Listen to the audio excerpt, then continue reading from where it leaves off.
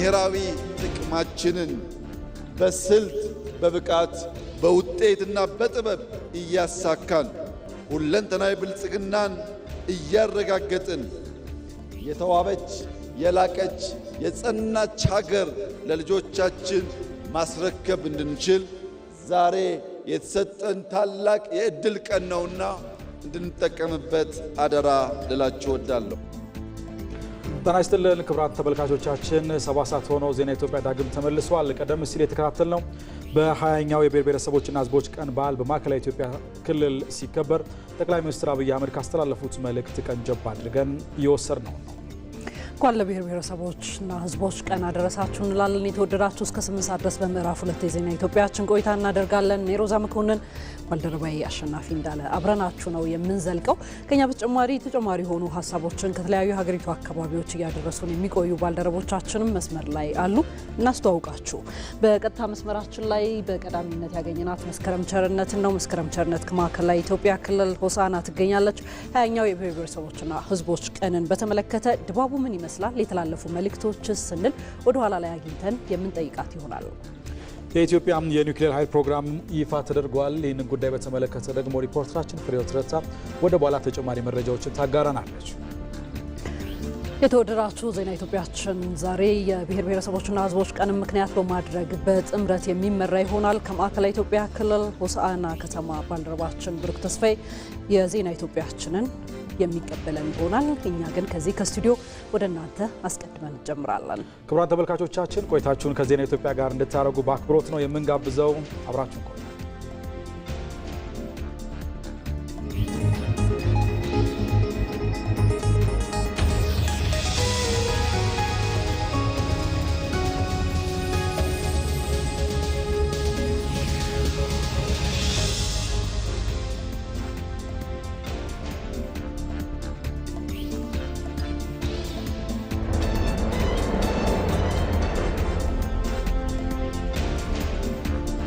ዜና ኢትዮጵያችን አጀንዳ ጉዳዩን ያስቀድማል። ቀደም ሲል እንዳስተዋወቅናችሁ በምዕራፍ 1 ዛሬ አጀንዳ ጉዳያችን 20ኛው የብሔር ብሔረሰቦችና ሕዝቦች ቀን ክብረ በዓልን የተመለከተ ይሆናል። ከዛ ጋር ወደ ተገናኘ ዘገባ መራችኋለሁ። ጠቅላይ ሚኒስትር አብይ አህመድ ኢትዮጵያ ከጨለማ ወደ ንጋት እየተሸጋገረች ባለችበት በዚህ ታሪካዊ ወቅት የሚከበረው የብሔር ብሔረሰቦችና ሕዝቦች ቀን በየዘርፉ የተመዘገቡ እድገቶችን ለማስቀጠል ዳግም ቃል የሚታደስበት መሆኑን ተናገሩ። ኢትዮጵያን መተሳሰር ሲገባን ክፉ እሳቤ ባለው በባዕዳን እሳቤ እንዳንጠለፍ ሰላማችንን ማጽናት ይገባል ሲሉም ገልጸዋል። 20ኛው የብሔር ብሔረሰቦችና ሕዝቦች ቀን በማዕከላዊ ኢትዮጵያ ክልል ሆሳዕና ከተማ ተከብሯል። ቶማስ ኃይሉ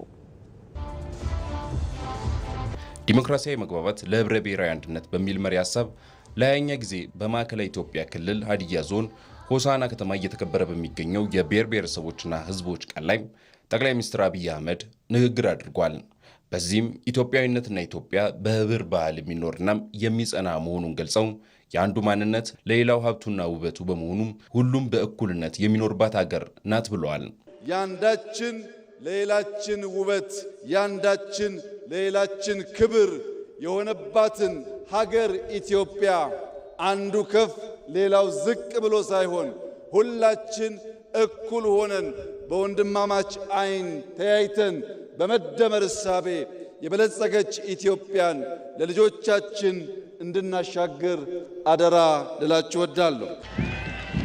በአባቶች ደም የተወረሰውን ነጻነት በብልጽግና ማረጋገጥ ይገባል ያሉት ጠቅላይ ሚኒስትሩም የከተሞች እድገት፣ የግብርናው መዘመን፣ ከቱሪዝምና ከማዕድን ሀብቶች መጠቀም በመጀመራችን የብሔር ብሔረሰቦችና ሕዝቦችን ቀን ስናከብር ኢትዮጵያን ለማጽናት ዳግም ቃላችንን የምናድስበት መሆን አለበትም ብለዋል። ኢትዮጵያ በሁሉም መመዘኛ ከጨለማ ወደ ንጋት እየተሸጋገረች ባለችበት በዚህ ታሪካዊ ጊዜ በሆሳዕና ከተማ ተገናኝተን ዳግም ቃል ኪዳናችንን ለመጠበቅና ለማጽናት መላው የኢትዮጵያ ልጆች በዚህ ጀግና ሕዝብ ፊትና በሆሳዕና ከተማ ዳግም ተገናኝተን የጀመርነውን ለመጨረስ ያልጀመርነውን ለመጀመር ኢትዮጵያን ለማጽናት በጋራ እንድንቆም በድጋሚ ጥሪዬን አቀርባለሁ። ብልጽግናን ለማረጋገጥ ተግቶ መስራት ይገባል ሲሉ ጠቅላይ ሚኒስትሩ ገልጸዋል።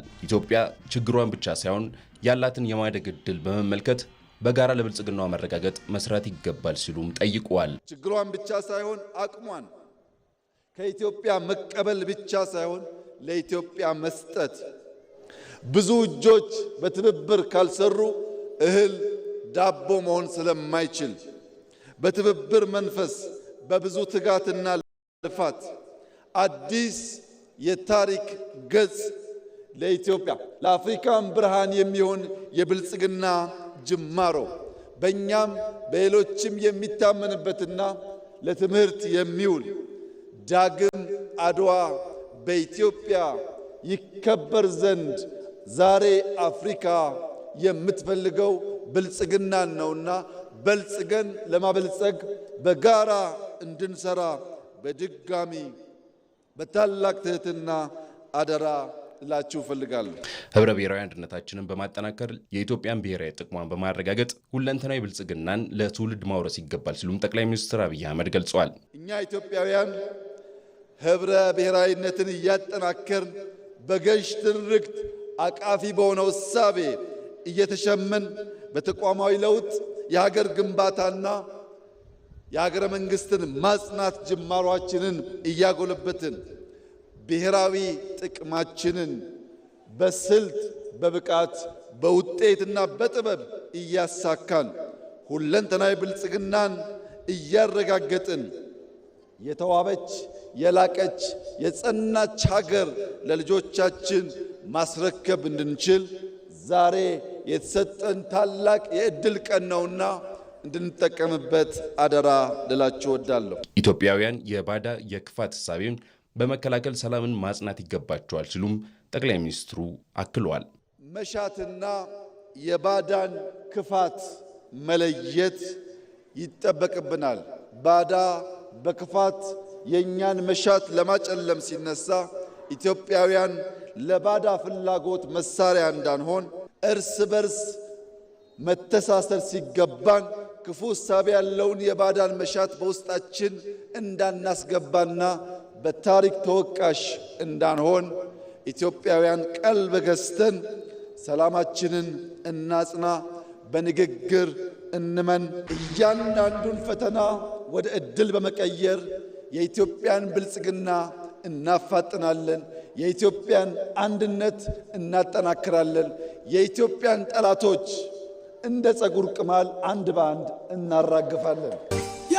ኢትዮጵያ ብዙ ተስፋ ያላት እድገት እያስመዘገበች ያለች ሀገር በመሆኗም ማንኛውም ፈተና ከብልጽግና ጎዳና ወደ ኋላ አይመልሳትም ሲሉም ጠቅላይ ሚኒስትር አብይ አህመድ መልእክታቸውን አስተላልፈዋል። የብሔር ብሔረሰቦችና ሕዝቦች ቀን በዓል ኢትዮጵያውያን በመከባበርና በእኩልነት በጋራ የመልማት ቃል ኪዳንን የሚያድሱበት መሆኑን የፌዴሬሽን ምክር ቤት አፈ ጉባኤ አገኘሁ ተሻገር ተናገሩ። ሞላ ለማየሁ ተጨማሪ አለው። በፌዴሬሽን ምክር ቤት አስተባባሪነትና የማዕከላዊ ኢትዮጵያ ክልል አስተናጋጅነት 20ኛው የኢትዮጵያ ብሔር ብሔረሰቦችና ሕዝቦች ቀን በዓል በሆሳዕና ከተማ ተከብሯል። ዘንድሮ በዓል የኢትዮጵያ የማንሰራራት ጅማሬ የሆነው ታላቁ የኢትዮጵያ ህዳሴ ግድብ በተመረቀበት እንዲሁም አበርክቷቸው የላቁ ግዙፍ ፕሮጀክቶች ጅማሬ በተበሰረበት ማግስት የሚከበር መሆኑ በዓሉን ልዩ እንደሚያደርገው የፌዴሬሽን ምክር ቤት አፈ ጉባኤ አገኘሁ ተሻገር ገልጸዋል። ዲሞክራሲያዊ መግባባት ለህብረ ብሔራዊ አንድነት በሚል መሪ ቃል የተከበረው የዘንድሮ በዓል ኢትዮጵያውያን በመከባበር በመደጋገፍና በእኩልነት በጋራ የመልማት ቃል ኪዳንን የሚያድሱበት ዕለት መሆኑን አፈ ጉባኤው ተናግረዋል። ማንነታችንን ለዓለም ገልጸን የምናሳይበት፣ ሁሉም ማንነቶች እኩል የሚስተናገዱበት እውነተኛ የፌዴራል ስርዓት በመገንባት ሂደት አዲስ የታሪክ ጥፋት ላይ መሆናችንን የምናስገነዝብበት፣ ከኩስመና ዘመን ወጥተን ወደ ማንሰራራት፣ ከቁዘማ ወደ መነቃቃት፣ ከጨለማ ወደ ተስፋ ብርሃን የምንሸጋገርበት የተሸጋገር መሆኑን የምናስመሰክርበት፣ በመከባበር በመደጋገፍ በእኩልነትና በአንድነት አብሮ የመኖር በጋራ የመልማት ቃል ኪዳናችንን የምናድስበት ቀን ላይ ሆነን የምናከብረው በዓል ነው። ዲሞክራሲያዊ መግባባት ለህብረ ብሔራዊ አንድነት መሰረቱ ነው ያሉት አፈ ጉባኤ አገኘሁ የህዝቦችን አንድነትና ትስስር ለማረጋገጥ እንዲሁም ህብረ ብሔራዊ ኢትዮጵያን ሰላምና አንድነትን ጠብቆ ለማቆየት ሁሉም የድርሻውን ሊወጣ ይገባል። እንደኛ ብዝሃ ባህል፣ ሃይማኖት፣ ቋንቋና የተለያዩ አስተሳሰቦች ባላቸው አገሮች ብቸኛው መዳኛ መንገድ ዲሞክራሲያዊ መግባባት ነው። የለውጡ መንግስታችን ይህንን ነባራዊ እውነት በወጉ በመገንዘብ በአገራችን ሁለንተናዊ ብልጽግናን እውን ለማድረግና ዘላቂ ሰላም ለማስፈን ብዝሃነትንና አንድነትን የሚያስማማ መንገድ መርጦ ከምንጊዜውም በላይ በስፋትና በትጋት እየተንቀሳቀሰ ይገኛል። በመሆኑም ይህን ጅምር እንቅስቃሴ ተጋግዞ ከከፍታው ላይ ማድረስ የኢትዮጵያ ብሔሮች ብሔረሰቦችና ሕዝቦች ኃላፊነት ሊሆን ይገባል። በየዓመቱ የሚከበረው የኢትዮጵያ ብሔር ብሔረሰቦችና ሕዝቦች ቀን በዓል ለህብረ ብሔራዊ ፌዴራሊዝም ስርዓት መጠናከርና ለጋራ ትርክት ግንባታ አስተዋጽኦ የላቀ መሆኑን የማዕከላዊ ኢትዮጵያ ክልል ርዕሰ መስተዳድር ዶክተር እንደሻው ጣሰው ተናግረዋል። 20ኛው የኢትዮጵያ ብሔር ብሔረሰቦችና ሕዝቦች ቀን በዓል በሐሳብ ልዕልና በመመራት ለብሔራዊ ጥቅም ብሔራዊ ክብር ቅድሚያ በመስጠት የመመካከርና የመወያየት ባህልን በማላቅ የዳበረ የዲሞክራሲና የአካታችነት ባህልን እሴቶች ለማስረጽ እንደ አንድ መልካም አጋጣሚ የሚወሰድ ነው። በዓሉ በማዕከላዊ ኢትዮጵያ መከበሩ ዘርፈ ብዙ ፋይዳ እንዳለው የጠቆሙት ዶክተር እንደሻው የኢትዮጵያን ብሔራዊ ጥቅሞች ለማስጠበቅ ክልሉ የበኩሉን አስተዋጽኦ ያበረክታል። ሀገራችን ሉዓላዊነቷና ብሔራዊ ክብሯን የተሟላ እንዲሆን የብልጽግና ጉዞዋም እንዲሳካ የጀመርነው ጥረት በማጠናከር ረገድም ክልሉ የበኩሉን ጥረት አጠናክሮ ይቀጥላል። የሀገራችን ብሔራዊ ጥቅሞችን ለማስከበርና አዳጊ የሕዝቦች ፍላጎትን ለማሟላት መሰረታዊ የሆኑ የባህር በር ጥያቄ ምላሽ እንዲያገኝ በሚደረገው እንቅስቃሴ የክልላችን ሕዝቦች ከመንግስት ጎን በመሆን የበኩላቸውን ለመወጣት ዝግጁ መሆናቸውን በዚህ አጋጣሚ አረጋግጣለሁ። በሆሳዕና ከተማ በተለያዩ ሁነቶች የተከበረው የዘንድሮ ሀገር አቀፍ በዓል ስኬታማ እንዲሆን ላበረከቱ አካላት ምስጋና አቅርበዋል። ቀጥለናል። በማዕከላዊ ኢትዮጵያ ክልል ሆሳዕና ከተማ 20ኛው የብሔር ብሔረሰቦችና ሕዝቦች ቀን ሲከበር የነበረውን ድባብ በተንቀሳቃሽ ምስል ተከታትለን እንመለስ።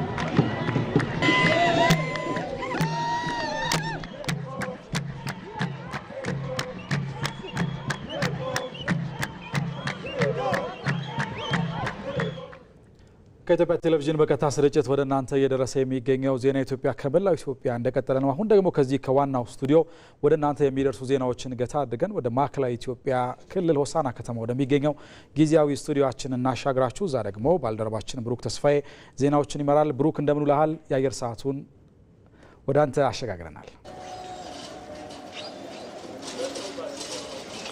አመሰግናለሁ አሸናፊም። ክቡራን ተመልካቾቻችን ከኢትዮጵያ ብሮድካስቲንግ ኮርፖሬሽን እዚህ 20ኛው የኢትዮጵያ ብሔር ብሔረሰቦችና ሕዝቦች በዓልን በተመለከተ ከጊዜያዊ ስቱዲዮ ዜናዎችን እመራላችኋለሁ። ብሩክ ተስፋዬ ነኝ። አብራችሁን ቆዩ። 20ኛው የብሔር ብሔረሰቦችና ሕዝቦች ቀን ጠቅላይ ሚኒስትር አብይ አህመድ በተገኙበት በሆሳዕና ከተማ በድምቀት ተከበረ። ጠቅላይ ሚኒስትር የኢትዮጵያ ብሔር ብሔረሰቦችና ሕዝቦች በእኩልነት በወንድማማችነት እና በመደመር ስሜት ሁለንተናዊ ብልጽግናን ለማረጋገጥ እንዲሰሩም ጠቅላይ ሚኒስትር አብይ አህመድ ጥሪን አቅርበዋል።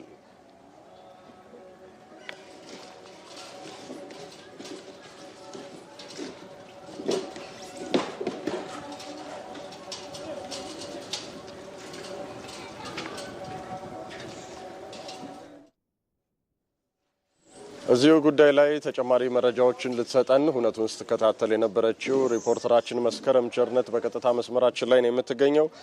መስከረም እንደምን ውለሻል? እስኪ ዛሬ በሆሳዕና ከተማ የነበረው አጠቃላይ የበዓሉ ድባብ እንዴት ያለ ነበር? የተላለፉ መልእክቶችስ ምን ሀሳቦችን ያዘሉ ነበሩ? የሚሉትን በዚህ እንጀምር። አመሰግናለሁ። ከህዳር 1 ጀምሮ በተለያዩ መርሃ ግብሮች እንዲሁ በማዕከላዊ ክልል እንዲሁም ደግሞ አጠቃላይ በፌዴራል ደረጃ የብሔር ብሔረሰቦችና ሕዝቦች ቀን ሲከበር ነበረ። ዛሬ ደግሞ ማጠቃለያውን አግኝቷል። ህዳር 29 ማለት ነው። ከማለዳው 12 ሰዓት ጀምሮ በማዕከላዊ ኢትዮጵያ ክልል እንግዲህ ሆሳዕና ከተማ በስታዲየም ተገኝተው በርካቶች የመላው ኢትዮጵያ ብሔር ብሔረሰብ ተወካዮች፣ ከፍተኛ የመንግስት የስራ ኃላፊዎች፣ ርዕሰ መስተዳድሮች እንዲሁም የተለያዩ የህብረተሰብ ክፍሎች በተገኙበት በደማቅ ሁኔታ ሲከበር ነበረ። የተለያዩ መልእክቶችም ሲተላለፉ ነበር። ቀደም ሲል እየገለጽ ነው እንደነበረው የኢፌዴሪ ጠቅላይ ሚኒስትር አብይ አህመድ እንዲሁም እንግዲህ በሌሎች ከፍተኛ የመንግስት የስራ ኃላፊዎችም እንዲሁ ሀሳብ አጋርተዋል ወይም ንግግር አድርገዋል። በቀዳሚነት እሳቸው በተለይ ደግሞ ህብረ ብሔራዊ በሆነች ሀገር ላይ እንግዲህ አንድነትን ማጠናከር ወሳኝ ስለመሆኑም ነው የገለጹት። እንግዲህ አንዱ ለሌላው ጌጡ የሚሆኑ የተለያዩ ማንነት፣ እሴት፣ ባህል እንዳለው አንስተዋል። ይህንንም ማጠናክሮ መሄድና ለሀገሪቱ ሁለንተናዊ ብልጽግና መጠቀም እንደሚያስፈልግ ነው የገለጹት ማለት ነው።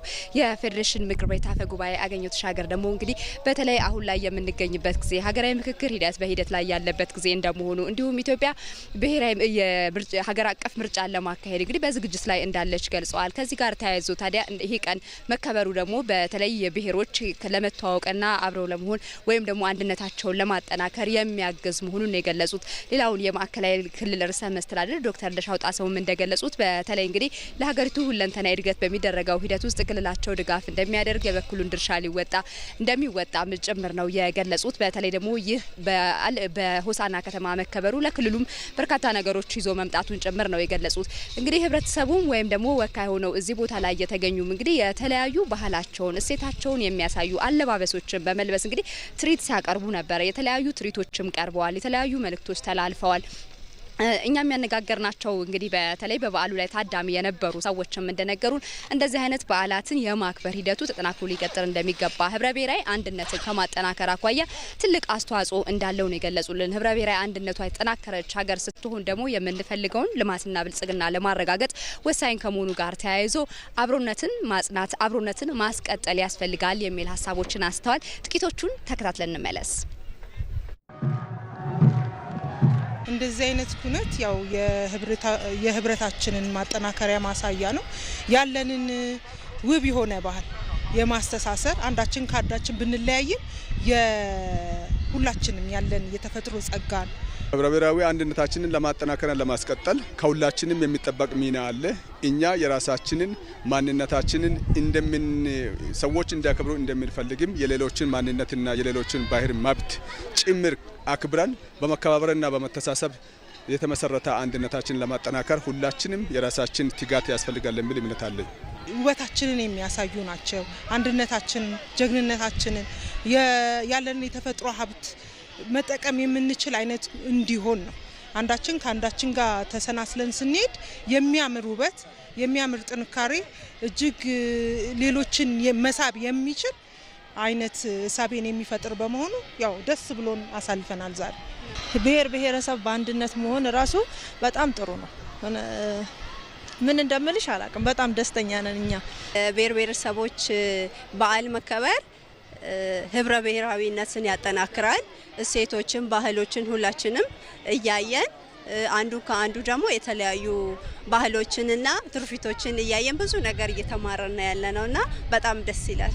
እንደዚህ አይነት በዓል በመዘጋጀቱ የአንድነታችን የፍቅር እና ህብረ ብሔራዊ አንድነትን አንድ የሚያደርግና ኢትዮጵያን የሚያጠናክር ነገ የኢትዮጵያን ትውልድና አንድነትን ፈጥሮ ኢትዮጵያ ነገ ጠንካራ ሀገር እንድትሆን ይጠቅመናል።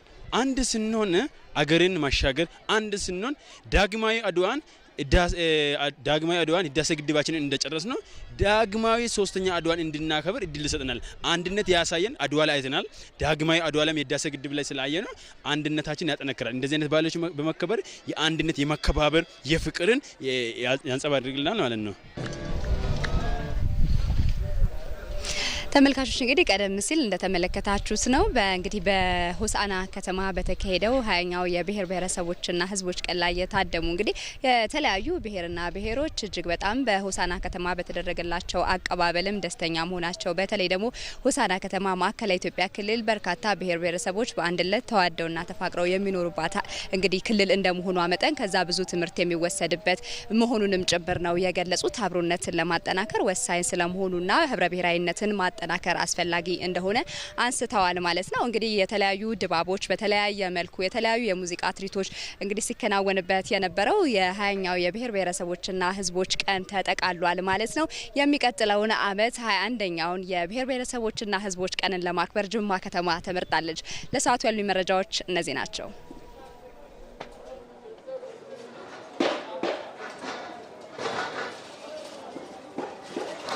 መስከረም ለመረጃዎችሽ አመሰግናለሁኝ። ባለሽበት መልካም ጊዜ ይሁንልሽ። ክቡራን ተመልካቾቻችን እዚሁ ጉዳይ ላይ ተጨማሪ ማብራሪያን እንዲሰጡን የፌዴሬሽን ምክር ቤት ምክትል ጽሕፈት ቤት ኃላፊ አቶ በላይ ወዴሻን እዚህ ጊዜያዊ ስቱዲዮአችን ላይ ጋብዘናል። ከሳቸው ጋር መጠነኛ ቆይታን የምናደርግ ይሆናል። ስለ ጊዜዎት እጅግ አድርጌ አመሰግናለሁ። እኔም አመሰግናለሁ። እንግዲህ በዛሬው ዕለት 20ኛው የኢትዮጵያ ብሔር ብሔረሰቦችና ህዝቦች በዓል የማጠቃለያ መርሃ ግብር በደማቅ ሁኔታ ተከናውኗል። በዚህ ዕለት እንግዲህ ጠቅላይ ሚኒስትር አብይ አህመድ ተገኝተው ያስተላለፏቸው መልእክቶች አሉ። እነዚህ መልእክቶች አንድምታቸው እንደምን ያለ ነው በሚለው እንጀምር። አመሰግናለሁ ስለጋበዛችሁኝ። እንግዲህ በዛሬው ቀን ብዙ መልእክት ዋና ዋና ጉዳይ ተላልፈዋል፣ አገርን የሚያሻግር። ከዚህ ውስጥ አንዱ ክቡር ጠቅላይ ሚኒስትራችን ያነሱት ማዕከላዊ ኢትዮጵያ ክልልን ሲመጡ ኢትዮጵያንን የማዕከል ሀሳብ አንስተዋል። ማዕከል የሚለውን የኢትዮጵያ ማዕከላዊ ኢትዮጵያ ጋር አያይዘው ለኢትዮጵያ ማዕከል የሚሆነው ነገር አገራዊ ብሔራዊ ጥቅም ነው ብሎ አንስተዋል። ብሔራዊ ጥቅም ሁላችንን የኢትዮጵያን ብሔር ብሔረሰቦችና ህዝቦች ያሰባሰበው ወይም ደግሞ ማሰባሰብ ማጠናከር ያለበት ጉዳይ ነው። ይሄ ደግሞ የሚጠናከረው ህብረ ብሔራዊነታችን እንደተጠበቀ ሆኖ አንድነታችን ስናጠናክር ነው ብሎ ያነሱት ነገር በጣም የሚገርም ነገር ነው። እውነት ነው። ኢትዮጵያ ባለብዙ ብሔር ብሔረሰቦችና ህዝቦች ነን። ግን ሁላችንን ኢትዮጵያውያንን ያሰባሰበን ወይም ደግሞ ሊያሰባስብ የሚችል ሊያሰልፈን የሚችል ሊያሰራን የሚችል አንድ ማዕከል አለ ማለቱ ነው። ያ ማዕከል ደግሞ የኢትዮጵያ ብሔራዊ ጥቅም ነው። ኢትዮጵያን ማጽናት አለብን ብሎ ያነሱት ነገር አለ። ኢትዮጵያን ማጽናት አለብን። ምናጽናት ደግሞ በአንድነት ለወጣቶቹም ያነሱት ነገር አለ። ወጣቶች ለምሳሌ አሁን የሀዲያ ወጣቶች ኮሎኔል በዛብህ ጴጥሮስን አንስተዋል። ጀግና የነበሩ ምሳሌ የዚህ አካባቢ ተወላጅ የሆኑትን አንስተው ለምሳሌ ያነሱበት ሁኔታ ጀግንነታችን ኢትዮጵያን በማጽናት መረጋገጥ እንደገና ቃል የምናድስበት ነው ብሎ ያነሱት ነገርን ማንሳት ይቻላል ብዬ አስባለሁ። ሌላ የኢትዮጵያ ብልጽግና አይቀሬና የሚረጋገጥ ነው። አሁን የተጀመረው የጉዟችን ደግሞ መነሻው ያስታውቃል፣ አነሳሳችን ያስታውቃል። ስለሆነም በዚህ አግባብ ወደፊት መራመድ እንድንችል ሁላችን ቃል ኪዳናችን እንደገና የምናድስበት ነው ብሎ ያነሱት ነገር መመልከት ይቻላል። መልካም። እዚሁ ጋር ተያይዞ እንግዲህ ይህ የኢትዮጵያ ብሔር ብሔረሰቦችና ህዝቦች በዓል ሲከበር ዋና ዋና የሆኑ ዓላማዎች አሉትና በዚህ በ20ኛው የኢትዮጵያ ብሔር ብሔረሰቦችና ህዝቦች በዓል አከባበር ላይ የታሰቡት ነገሮች ምን ያክል በታሰቡት ልክ ማሳካት ተችሏል? መፍጠር የተፈለጉ ግንዛቤዎች፣ ማስተላለፍ የተፈለጉ መልእክቶች ምን ያክል ማሳካት ተችሏል? እለቱንስ ዛሬ እንግዲህ ተከበረ። ከዚህስ በኋላ አመቱን እንዴት ነው የብሔር ብሔረሰቦችና ህዝቦች በዓልን ዋና ዋና ዓላማዎች ማሳካት የሚቻለው? አመሰግናለሁ። በድጋሜ እንግዲህ የዚህ በዓል መሪ ቃል ዲሞክራሲያዊ መግባባት ለህብረ ብሔራዊ አንድነት ነው። ክቡር ጠቅላይ ሚኒስትሩ ካነሱትም ጋር የተገናኘ ነው መሪ ቃሉ። በዚህ ዙሪያ ነው አንደኛ ኢትዮጵያውያን ሁላችን ልንግባባ ይገባል ነው። ተግባቦታችን ሊጠናከር ይገባል። ይሄ ተግባቦታችን ደግሞ በዲሞክራሲያዊ አስተሳሰብ በዲሞክራሲያዊ በሆነ መንገድ ነው መጠናከር ያለበት። ዲሞክራሲያዊ መግባባት ስንፈጥር ደግሞ የኢትዮጵያ አንድነት ወይም ደግሞ ህብረ ብሔራዊ አንድነታችን መጠናከር አለበት የሚል ነው።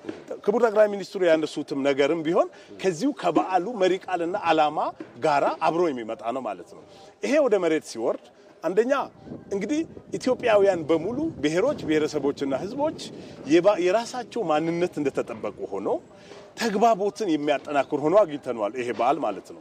እዚህ ስቴዲየም ላይ ሲደረጉ የነበሩ ኩነቶች ብቻም ሳይሆኑ ከህዳር 1 ጀምሮ ሲከናወኑ የነበሩ ኩነቶች በአስተምሮ ደረጃ ስናይ በተለያየ ኩነቶች ስናከብር ወንድማማችነት እንዲጠናከር፣ እህተማችነት እንዲጠናከር፣ ህብረ ብሔራዊነታችን እንዲጠናከር፣ የብሔር ማንነትና አገራዊ ማንነት መካከል ሚዛን እንዲመጣ ይሄ ሚዛን እንዲመጣ ደግሞ ህብረ ብሔራዊ አንድነቱ ላይ አጉልተን እንስራ በሚል የተሰራው ስራ በጣም አስገራሚ ነው። ይሄ መሬት ላይ ሲወርድ በዓሉ ዝግጅት ሲደረግ ኢትዮጵያውያን ሁሉም አካባቢ በዓሉ ሲከበር አንድነታችንን የሚያጠናክር ሆኖ አግኝተናል ብሎ መውሰድ ይቻላል።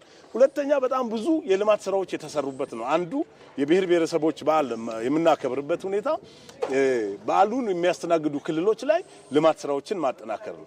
ይሄ በተጨባጭ እዚህ ሆሳና ከተማ ላይ ማንሳት ይቻላል። ይሄ ስቴዲየም የምናየው የምትመለከቱት ስቴዲየም 2 ወር ጊዜ ውስጥ 3 ወር ከ2 እስከ 3 ወር ጊዜ ውስጥ ተጀምሮ እየተጠናቀቀ ከተማው ላይ ያሉ ህንጻዎች፣ አስፋልቶች፣ ኮሪደሮች በጣም ብዙ 7ቱ ማዕከላት ላይ በርካታ የሆነ የልማት ስራዎች የተሰሩበት ይሄ በራሱ አንድ ትልቅ ውጤት ነው። ክቡር ጠቅላይ ሚኒስትራችንም ሲያነሱት ባለፈው ጊዜ እዚህ መጥቼ ነበረ። ጅማሮቹ አሁን ሳያቸው ደግሞ በብዙ እጥፍ ወደፊት መጥተው አይቻለሁ። ይሄ አንዱ ማረጋገጫ ነው። ልማት የመጣበትን ሁኔታ እናያለን። ብሔር ብሔረሰቦች ባህላቸውን፣ ታሪካቸውን ያስተዋውቁበት፣ አለባበሳቸውን፣ አመጋገባቸውን ያስተዋውቁበት፣ እርስ በርስ የተዋወቁበትን ብቻም ሳይሆን ለኢትዮጵያውያን ሁሉ ለዓለም ህዝቦች ሁሉ ያስተዋውቅንበት ስለሆነ በዓሉ የታለመለትም ዓላማ አሳክቷል ብለን መውሰድ ይቻላል። መልካም እንግዲህ አቶ በላይ ወዲሻ የፌዴሬሽን ምክር ቤት ጽህፈት ቤት ምክትል ጽህፈት ቤት ኃላፊ እዚህ የኢቢሲ ጊዜያዊ ስቱዲዮ ድረስ ተገኝተው ለሰጡን መረጃ እጅግ አድርጌ አመሰግናለሁ። መልካም ውሎ። እኔም እጅግ አድርጌ አመሰግናለሁ። ደህና ዋል። መልካም።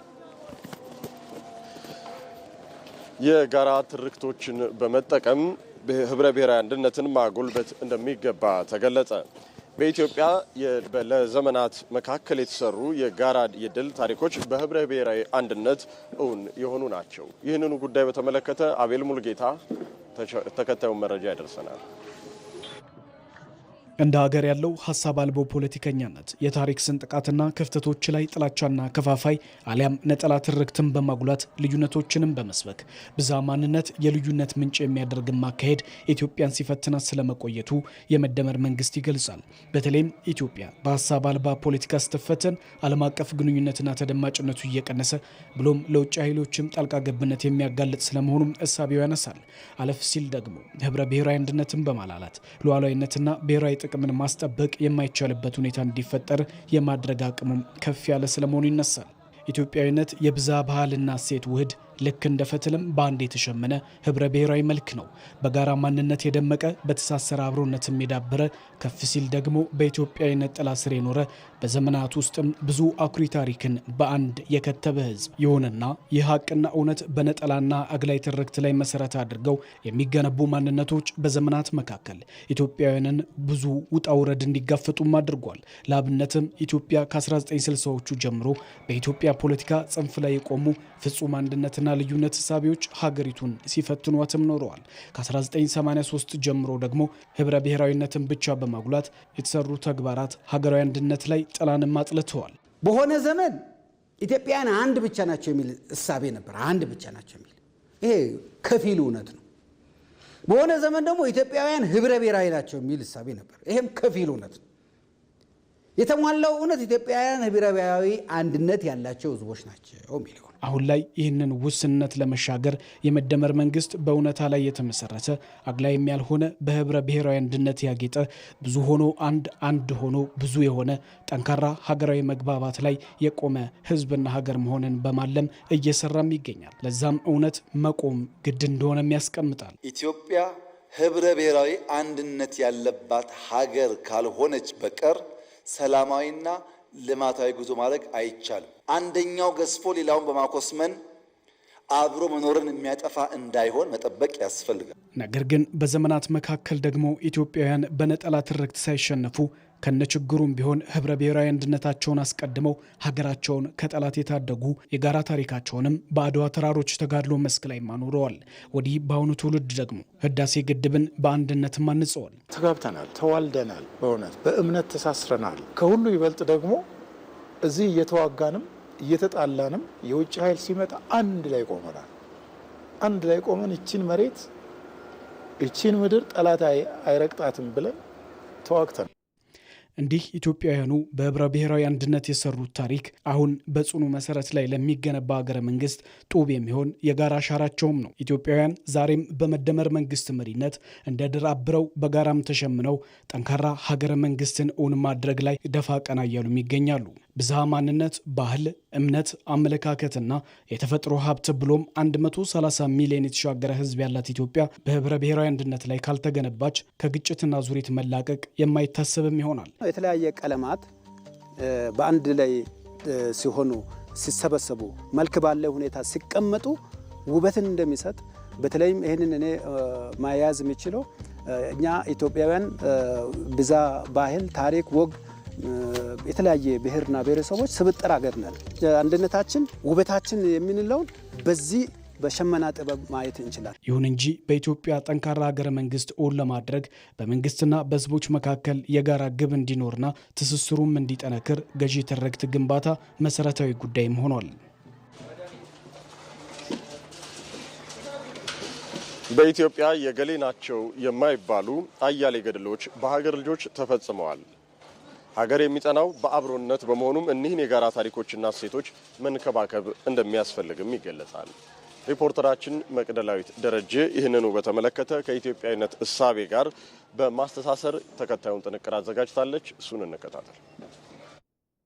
ኢትዮጵያዊነት በጽኑ የሀገር ፍቅር ላይ የታነጸ ባለብዙ መልክ ነው። ለኢትዮጵያውያን የትም ሆኖ የት ኢትዮጵያዊነታቸው ከደም የተዛመደ ነው። በኢትዮጵያዊነት የጋራ ማህበር ለሚኖሩት ህዝቦቿ ደግሞ የጋራ ማስተሳሰሪያቸው የጋራ ባህልና ታሪክ ናቸው። በኢትዮጵያ የገሌ ናቸው የማይባሉ አያሌ ገድሎች በሀገር ልጆች ተፈጽመዋል። ሀገር የሚጸናው በጋራ አብሮነት ላይ ነው ያሉ ሁሉ በባህል ልዩነታቸው ደምቀው ዛሬም በሀገር ዋርካ ስር አሉ። ጠቦ የማይታየው ኢትዮጵያዊነት በቋንቋ፣ በባህል፣ በሀገራዊ አልባስ በልዩነት ውስጥ ድንቅ ውበትን የሚያሳይ ነው። የትናንት ታሪካችን ልንለውጠው ባንችልም ከትናንት ተምረን ዛሬን ሰርተን ለነገዎቹ ትውልዶች ያማረ ሀገርን ማስተላለፍ ጊዜ የማይሰጠው ጉዳይ ነው። ኢትዮጵያውያን ለሀገራቸው ያላቸው ፍቅርና ተቆርቋሪነት መለኪያ የሌለው እንደሆነ ብዙ ማሳያዎችን ማንሳት ይቻላል። ኢትዮጵያውያን ባሉበት ሰንደቅ ዓላማቸውን ይዘው ከምንም በላይ ሀገራቸውን በልባቸው አቅፈው ይኖራሉ።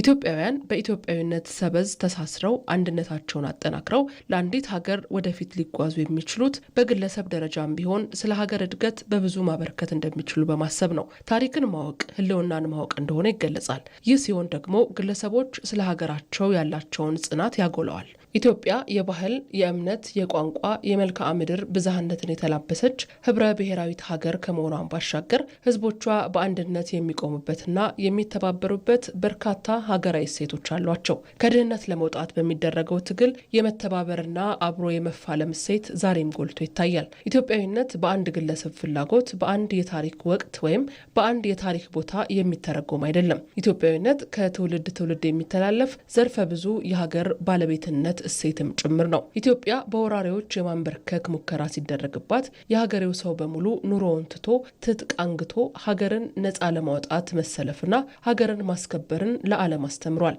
ኢትዮጵያዊነት ከታሪክ ጋር የተሳሰረም ጭምር ነው። ታሪክ ለሁሉ የሚስማማና አንድ ወጥ ሆኖ ሁሉንም እኩል ሊያስደስት የሚችል እንዳይደለ እሙን ነው። ከጥንት ጀምሮ በኢትዮጵያ ብቻ ሳይሆን በየትኛውም ሀገር ታሪካዊ ትርክቶች የአሸናፊዎችን ትረካ እነሱ በሚፈልጉት መንገድ አጉልተው የእነሱን ጀግንነትና የተጻራሪዎቻቸውን ድክመት አግዝፈው ሊያሰፍሩ ይችላሉ። ከፋም ለማም ትላንትን ልንለውጠው ወይም ልናስተካክለው ስለማንችል ትላንት ላይ መቅረት እንደ ሀገር የሚበጅም አይደለም። ኢትዮጵያ ውስጥ ታሪክ ነው ወይስ ተረክ ነው እያጣላን ያለው?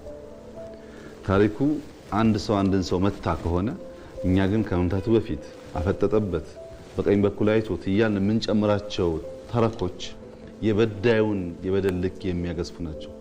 ነገስታት ላይ የሚነሳው ተረክ፣ በብሔረሰብ የሚነሳው ተረክ፣ በሃይማኖት የሚነሳው ተረክ ከአክቹዋል ታሪኩ በላይ የገዘፈ ስለሚሆን ማጽዳትም የሚያስፈልገው እነዛን ናሬሽኖች ነው። አሁን ላይ ፎከስ እናድርግ የሚለው ሀሳብ አጥሮ ሲነገር ቀላል ይመስላል እንጂ የኛ ፖለቲካ፣ የኛ ሃይማኖት፣ የኛ ቤተሰብ ጸብ በሙሉ አሁን ላይ ካለማተኮር የመጣ ነው።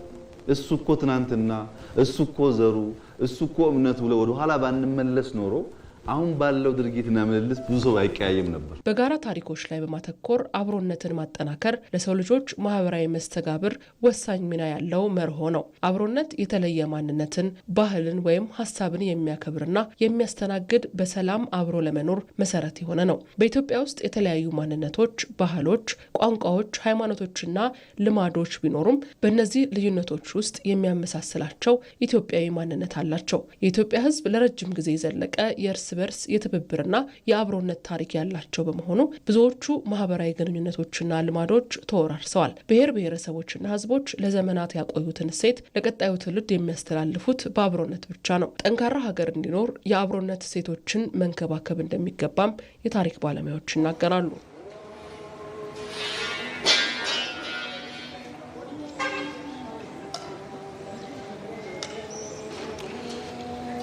ሮዛና አሸናፊ ከዚህ ከማዕከላዊ ኢትዮጵያ ክልል ሆሳዕና ከተማ ከኢቢሲ ጊዜያዊ ስቱዲዮ 20ኛውን የኢትዮጵያ ብሔር ብሔረሰቦችና ህዝቦች በዓልን አስመልክቶ የዜና ኢትዮጵያ ዜናዎቻችን እነዚህ ነበሩ። ዜናዎቹን በመምራት ብሩክ ተስፋዬ ከእናንተ ጋር ቆይታ አድርጌያለሁኝ። አሸናፊና ሮዛ የአየር ሰዓቱን ወደ እናንተ መልሻለሁ።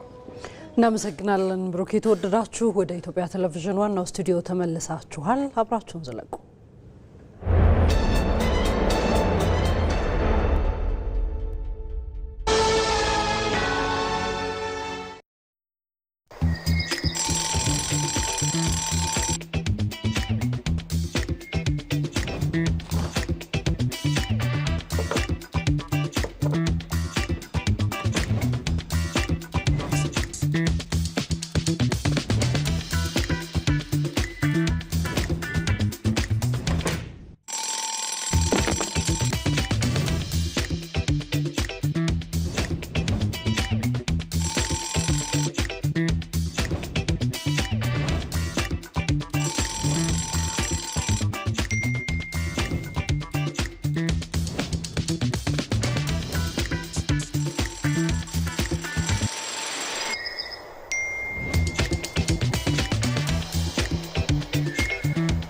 የደሞዝ ክፍያ በሲቢኢ ብር ለሚቀበሉ ደንበኞች አሁን ሁሉም ቀሏል። በሲቢኢ ብር ፕላስ በኩል እስከ 4 ወር ደሞዝ ብድር በአንድ ወስደው ያሻዎትን ቀን የደሞዝ ቀን ያድርጉት።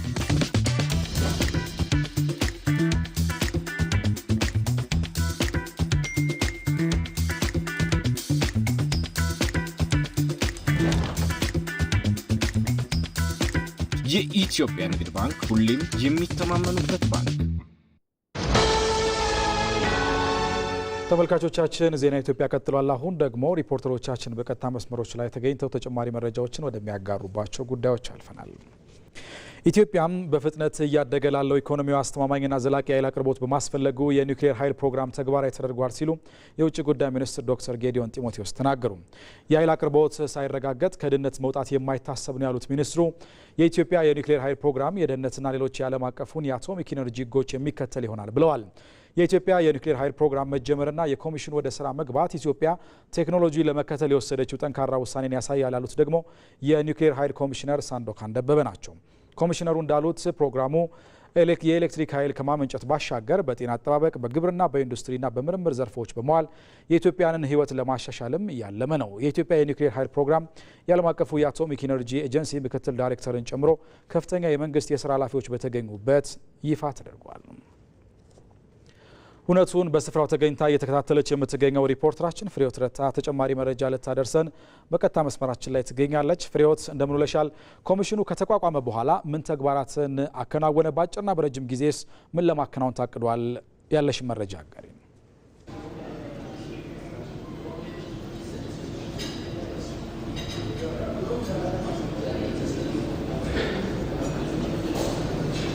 አመሰግናለሁ። እንዴት ዋላችሁ? እንግዲህ ኢትዮጵያ ዓለም አቀፉ የአቶሚክ ኤነርጂ አባል ሀገር ከሆነች 70 ዓመታት ተቆጥሯል። በእነዚህ ዓመታት ውስጥ እንግዲህ በጤና በግብርና እንዲሁም ደግሞ በኢንዱስትሪ የተለያዩ ስራዎችን በአጋርነት ስትሰራ መቆየቱ ተገልጿል።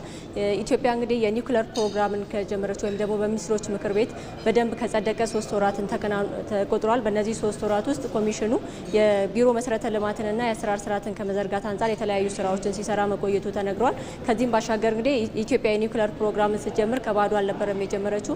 በኢኖቬሽንና ቴክኖሎጂ ሚኒስቴር ከዛሬ 4 እና 5 ዓመታት በፊት የተጀመሩ ስራዎች መኖራቸው ተገልጿል። ይህ ፕሮግራም በፈረንጆቹ 2035 የሚጠናቀቅ መሆኑ የተገለጸ ሲሆን 19 ፌዞችን እንደሚያልፍ ነው የተነገረው። እነዚህ 19 ፌዞችን ወደ መሬት ለማውረድ በአጭር ጊዜና በረጅም ጊዜ እቅዶች ወጥተው ተግባራዊ ይደረጋል ተብሏል። እነዚህም እቅዶች እንግዲህ ለመግለጽ ያህል ከ2025 እስከ 2027 የሰው ኃይልን ማሟላት፣ የፊዚቢሊቲ ስቴዲ ወይም ደግሞ የአዋጭነት ጥናትን ማካሄድ እንዲሁም ደግሞ የህግ ማዕቀፎችን ማውጣት በእነዚህ ዓመታት ይከናወናል ተብሎ ተቀምጠዋል። ከ2027 እስከ 2030 ባለው ጊዜ ውስጥ ደግሞ የግንባታው የሚከናወንበትን ቦታ መምረጥ፣ የዲዛይኒንግ ስራዎችን ወይም ደግሞ የዲዛይኒንግ ስራዎችን ማከናወን እንዲሁም ደግሞ የፋይናንስ አማራጮችን ማፈላለግ በእነዚህ ዓመታት ውስጥ ይከናወናል ሲባል ቆይቷል በሪፖርቱ ላይ። ከዚህም ባሻገር ከ2030 እስከ 35 ባሉት ጊዜያት ውስጥ ደግሞ በተመረጡት ቦታዎች ላይ ይህን የኮንስትራክሽን ወይም ደግሞ የግንባታ ስራዎችን ማከናወንና ማጠናቀቅ እንዲሁም ደግሞ የተጠናቀቁትን የግንባታ ስራዎች የፍተሻ ስራዎችን ማከናወን እንዲሁም ለታለመለት ዓላማ ማዋል በእነዚህ ዓመታት ውስጥ የሚከናወን ነው ተብሎ ተቀምጧል። ይህን ፕሮግራም እንግዲህ የኮሚሽኑ ብቻውን የሚያከናውነው ተግባር አይደለም። የዓለም አቀፉ የአቶሚክ ኤነርጂን ኤጀንሲን ጨምሮ ሌሎች አጋር ተቋማትም በዚህ ውስጥ የሚረባረቡ ይሆናል ተብሏል። የዛሬን ፕሮግራም በተመለከተ ግን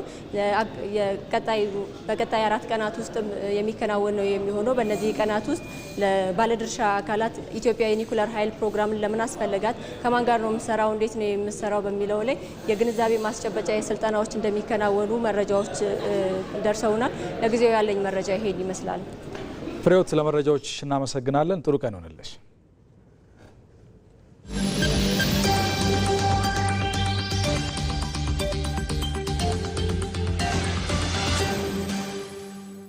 ኢትዮ መልህቅ ኢትዮጵያ የጀግኖች ሀገር ናት። ኢትዮጵያ በአርበኞች ጀግንነት ክፉ ቀናቶቿን ተሻግራለች። ነገር ግን በሀገሪቱ የረዥም የታሪክ ጉዞ ከጠላት ጋር በማበር ሲወጓት የነበሩ ባንዶች ዋጋ አስከፍሏታል። በዛሬው ዝግጅታችን ከሀገር በተቃርኖ የመቆም ደዌን እንፈትሸዋለን። ኢትዮጵያ በቀይ ባህርም በአባይም እንዳትሰለጥን ከካይሮ እስከ አስመራ በተገመደ የሴራ ሽመና ውስጥ እነማን ተሰለፉ? በግብፅ የፔሮል መዝገብ ውስጥ እነማን አሉ? ኢትዮ መልህቅ ዛሬ ምሽት ከ3 ሰዓት ጀምሮ በኢትዮጵያ ቴሌቪዥን እና በኢቢሲ ዶት ስትሪም ላይ ጠብቁን።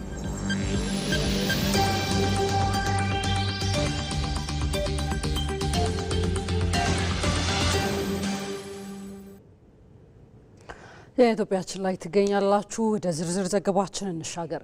የአማራ ክልልን ሰላም ለማጽናት እየተደረጉ ያሉ የሰላም ድርድሮች ተጠናክረው ሊቀጥሉ እንደሚገባ በምስራቅ ጎጃም ዞን የምርጥ ለማርያም ከተማ አስተዳደርና አካባቢው ነዋሪዎች ጠየቁ። የምርጥ ለማርያም ከተማ አስተዳደርና አካባቢ ነዋሪዎች በወቅታዊ የሰላም ጉዳይ ዙሪያ ተወያይተዋል።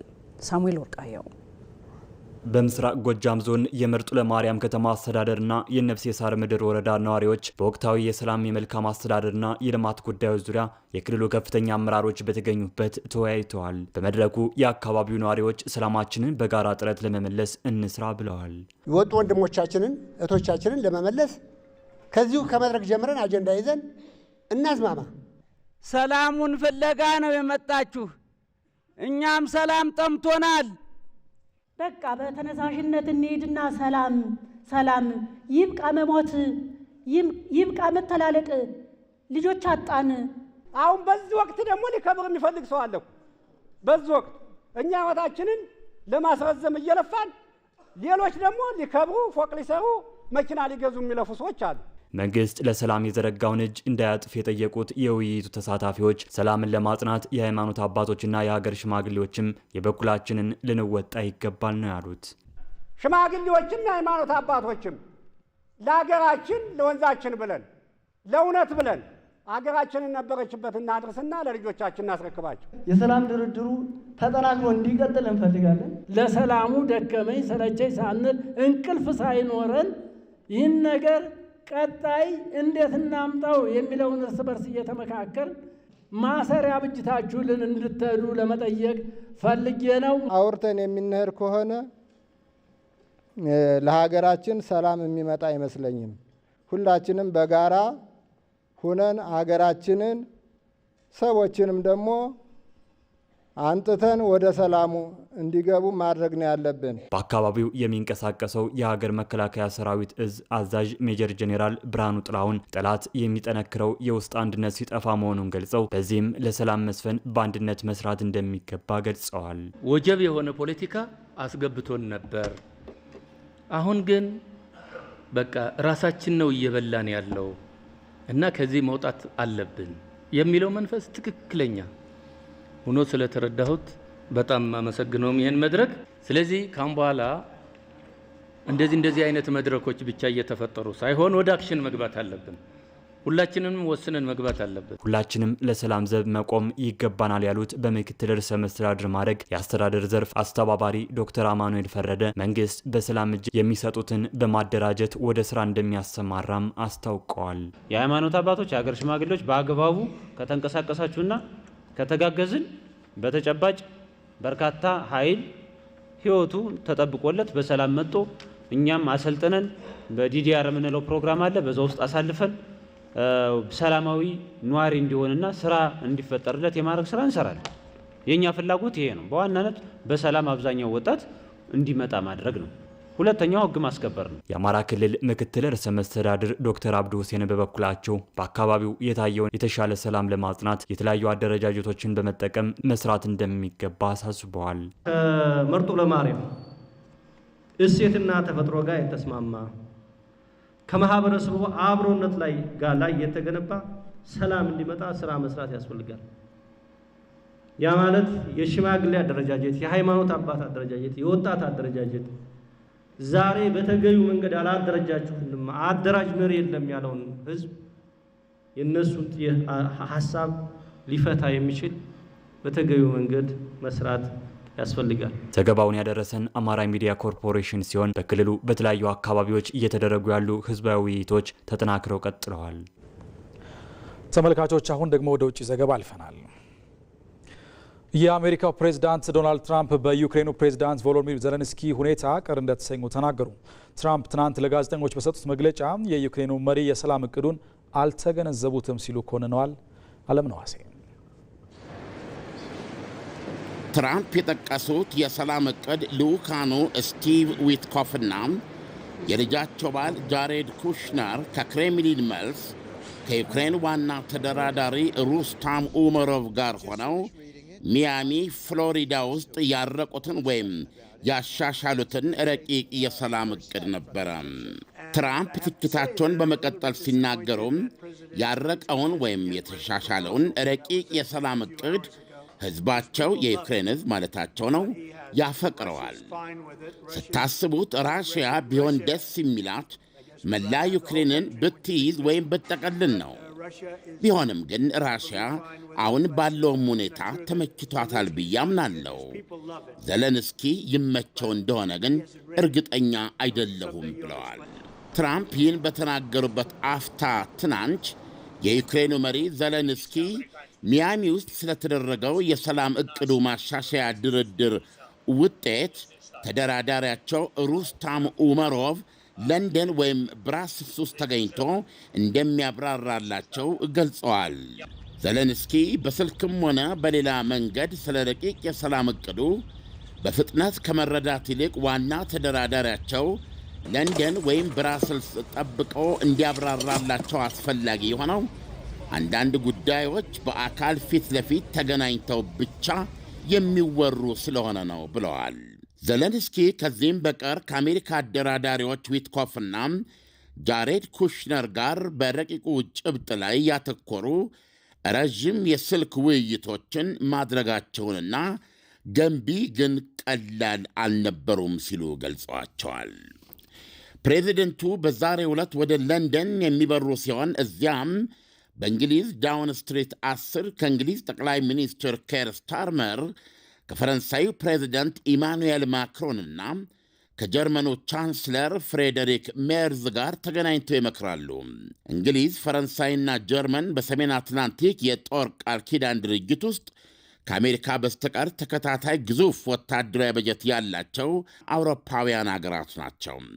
የእንግሊዝ ቤተ መንግሥት ዳውኒንግ ስትሪት እንደገለጸው አውራዎቹ ከዩክሬኑ ዘለንስኪ ጋር የሚያደርጉት ስብሰባም በመካሄድ ላይ ባሉት ድርድሮችና በሚወሰደው ቀጣይ እርምጃዎች ላይ ያተኩራል።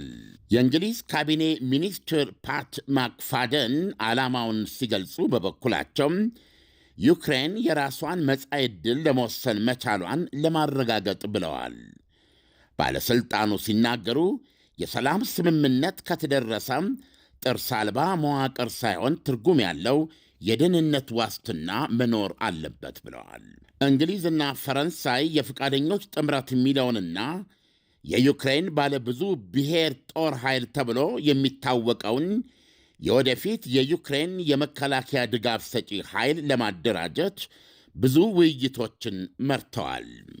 እነሱ እንግሊዝና ፈረንሳይ እንደሚያልሙት ይህ የወደፊት የዩክሬን የመከላከያ ድጋፍ ሰጪ ኃይል ዩክሬን ውስጥ ሊሰማራ ይችላል።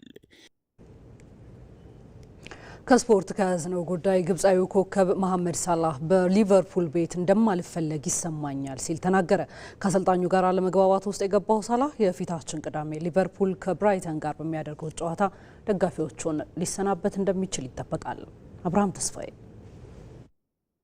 የዚህ ሁሉ አለመግባባት ጥንስሱ የጀመረው ሊቨርፑል ከሊድስ ዩናይትድ ጋር 3-3 ከተለያየበት የእንግሊዝ ፕሪሚየር ሊግ ጨዋታ በኋላ ነበር። ኤላንድ ሮድ ላይ ለተገኙ የክለቡ ደጋፊዎች ስንብት የሚመስል ምልክት እጁን እያውለበለበ ያሳየው መሐመድ ሳላህ ከጨዋታው በኋላ ቤተሰቦቹን ወደ አንፊልድ መጥራቱ እህል ውሃው ከመርሲሳይዱ ክለብ ጋር አሁን ላይ ስለማብቃቱ ማረጋገጫም ሆኗል። በሊቨርፑል እንደማልፈልግ ይሰማኛል ያለው መሐመድ ሳላህ አሁን ላይ በአውቶቡስ ውስጥ እንደተወረወርኩ ነው የምቆጥረው ሲልም ተናግሯል። በአሰልጣኝ አርነ ስሎት በእንግሊዝ ፕሪሚየር ሊግ ለ3 ተከታታይ ጨዋታዎችም ተቀያሪ ወንበር ላይ መቀመጤም አስከፍቶኛል ሲል ሳላህ ከጨዋታው በኋላ ተናግሯል። ይህ ተጫዋች ሊቨርፑል አምና የእንግሊዝ ፕሪሚየር ሊግ ዋንጫዎችን ሲያሸንፍ 29 ግቦችን በማስቆጠር የውድድሩ ከፍተኛ ግብ አስቆጣሪ ሆኖ አጠናቋል። በእንግሊዝ ፕሪሚየር ሊግ ታሪክ በ190 ግቦች አራተኛው ከፍተኛ ግብ አስቆጣሪ እሱ መሐመድ ሳላህ ነው። በክለቡ ታሪክም በ420 ጨዋታዎች 250 ግቦችን በማስቆጠር በሊቨርፑል ቤት ከማይታኩት ተርታ እንዲመደብም አድርጎታል። ሳላህ በሁሉም ጨዋታዎች ባስቆጠራቸው 250 ግቦች ከያን ራሽና ሮጀር ሀንት በመቀጠል የመርሲሳይዱ ክለብ ሶስተኛው ከፍተኛ ግብ አስቆጣሪ ነው። ሊቨርፑላውያን ለዚህ ታታሪ ሲሉ ሁሌም በስቴዲየም ውስጥ አንተ የግብፃውያን ንጉስ ነህ፣ ሁሌም እንኮራባለን ሲሉ ያዜሙለታል። አሁን ግን ሁሉም በዜሮ ተባስቷል። ሊቨርፑል የውድድሩ ዓመቱ ሲጀምር ቦርንማውዝ፣ አርሰናል፣ ኒውካስል ዩናይትድ፣ በርንሌይና ኤቨርተንን በሊጉ ተቸግሮን ቢሆን ሲያሸንፍ እዛ ቤት ውስጥ በተወሰነ መልኩ ቅሬታ ሲቀርብባቸው የነበሩት ሌሎች እንጂ እሱ አልነበረም። አሁን ግን ተቀያሪ ወንበር ላይ ሆኖ እንኳን የሚወቀሰው ተጫዋች መሐመድ ሳላህ ሆኖ አስገራሚ አድርጎታል። እሱም ቢሆን ለሊቨርፑል ውጤት ማጣት ሙሉ በሙሉ እኔን ተጠያቂ እንድሆን የሚፈልግ አንድ አካል አለ ሲልም በግልጽ ተናግሯል። የቨርጂን ቫንዳይክና የኢብራሂም ኮናቴ ጥምረታም ዘንድሮ ሊቨርፑልን እጅግ ፈትኖታል። ለትሬንት አሌክሳንደር አርኖልድና ለአንድሬ ሮበርትሰን ምትክ ታስበው አንፊልድ የደረሱት ጀርሜን ፍሬምፖንግና ሜሎስ ኬርኬዝን ቢሆኑ ከጥቅማቸው ይልቅ ጉዳታቸውና የአቋማቸው ልኬት ክለቡን ዋጋ አስከፍሎታል። ጀርመናዊ ፍሎሪያን ቬዝና ስዊድናዊው አሌክሳንደር ኢዛክን ቢሆኑ ውሎ ከጠፋቸው ሰንበት ብለዋል። አምና በአሰልጣኝ የርገን ክሎፕ የተቃኘ ቡድን ይዘው የሊጉን ዋንጫ ያሳኩት አሰልጣኝ አርነ ስሎት ዘንድሮ ግን ገና በሁለተኛ ዓመታቸው የአንፊልዱን ክለብ የሚመጥኑ ስለመሆናቸው ጥያቄዎች እንዲነሱባቸውም አድርጓል። የተከላካይ ክፍላቸው በቅድመ ውድድር ዘመን እንደዛ ሲቸገር ተመልክተው አፋጣኝ መፍትሄ ከመስጠት ይልቅ የቡድኑን ሌላኛውን ክፍል ለማጠናከር የሄዱበት ርቀት ሳያንሳቸው ከሊድስ ዩናይትድ ጋር 3-3 ሲለያዩ ጥንቃቄ ጎደለው መከላከል ሲሉ መተቸታቸው ፍየል ወዲያ ቅዝምዝም ወዲም ሆኖባቸዋል። አንዳንድ የቀድሞ የሊቨርፑል ተጫዋቾች በተለያዩ አጋጣሚዎች አሰልጣኙ መሐመድ ሳላህን ወደ ተቀያሪ ወንበር ሊያወርዱት ይገባል ማለታቸውን ተከትሎ አፋጣኝ እርምጃ የወሰዱት አሰልጣኝ አርነ ስሎት ለቡድኑ ግን የተለየ ነገር አሁንም ማምጣት አልቻሉም። ሊቨርፑልም ቢሆን ከገባበት አዘቅት እስካሁን ድረስ መውጣት አልቻለም። በተለይ ሊቨርፑል ሊድስ ዩናይትድን 2-0 ሲመራ ቆይቶ 2-2 ሲሆን ለመሐመድ ሳላህ አሰልጣኙ እድል ይሰጣሉ ተብሎ ቢጠበቅም በዝምታ አልፈውታል። ከጨዋታው በኋላ ይህንን ለምን እንዳላደረጉ ሲጠየቁ ሰዓቱ ግብ የምፈልግበት ሳይሆን የምከላከልበት ስለነበረ አላስፈለገኝም ማለታቸው የሚታወስ ነው። ቀደም ብሎ ከአሰልጣኙ ጋር ጥሩ ግንኙነት እንደነበረኝ በተደጋጋሚ ተናግሬ ያለው የሚለው መሐመድ ሳላ ነገር ግን በድንገት ሁሉም ነገሮች መቀየራቸውን ግልጽ አድርጓል። ለምን እንደሆነ ባይገባውም በክለቡ እንዲቆይ የማይፈልጉ ሰዎች እንዳሉም ነው መሐመድ ሳላ የተናገረው። ሊቨርፑል ነገ ወደ ጣሊያን ተጉዞ በአውሮፓ ሻምፒዮንስ ሊጉ ከኢንተር ሚላን ጋር ይጫወታል። መሐመድ ሳላ የመሰለፉ ነገርም አጠራጣሪ ሆኗል። የፊታችን ቅዳሜም ቢሆን በአንፊልድ ሊቨርፑል ብራይተንን በሊጉ ሲያስተናግድ የ33 ዓመቱ ተጫዋች ተሰለፈም አልተሰለፈም የክለቡን ደጋፊዎች በክብር ይሰናበታል ተብሎ ይጠበቃል። ለዚህም ይመስላል የትዳር አጋሩና ልጆቹን ጨምሮ ለሙሉ ቤተሰቡ ጥሪ ማድረጉም የተገለጸው። አሰልጣኝ ኑኖ ስፒሪቶ ሳንቶ በአንድ ወቅት እንዲህ ብለው ተናግረው ነበር። ሳላ በዚህ አቋሙ ከሊቨርፑል ጋር መለያየት አለበት። ነገ የሳውዲ ክለቦች ይህንን ያክል ገንዘብ አውጥተው አያስፈርሙትም። ስኬትም ቢሆን ሁሌም አብሮ አይዘልቅም ሲሉ ተናግረዋል። አሁን ያ ጊዜ ደርሷል። በነገሰበት አንፊልድ ያውን ባለመስማማት ሊለያይ የቀናት ዕድሜ ብቻ ቀርቶታል። ታምር ካልተፈጠረ በቀር ሳላ ጥር ላይ የሌላ ክለብ ንብረት መሆኑ ግልጽም ይመስላል። ከ6 ሰዓት ጀምሮ በቀጥታ ስርጭት ወደ እናንተ ሲደርስ የቆየው ዜና ኢትዮጵያ ከመላው ኢትዮጵያ በተከታተላችሁት መንገድ ተጠናቋል።